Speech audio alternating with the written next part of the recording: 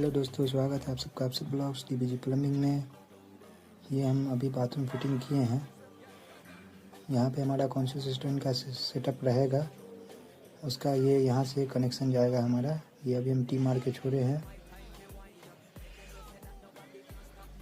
ये हमारा head faucet का ये हो गया, पॉइंट हो गया।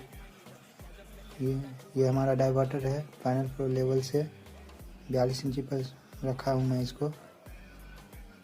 स्पॉट है 30 इंची पे।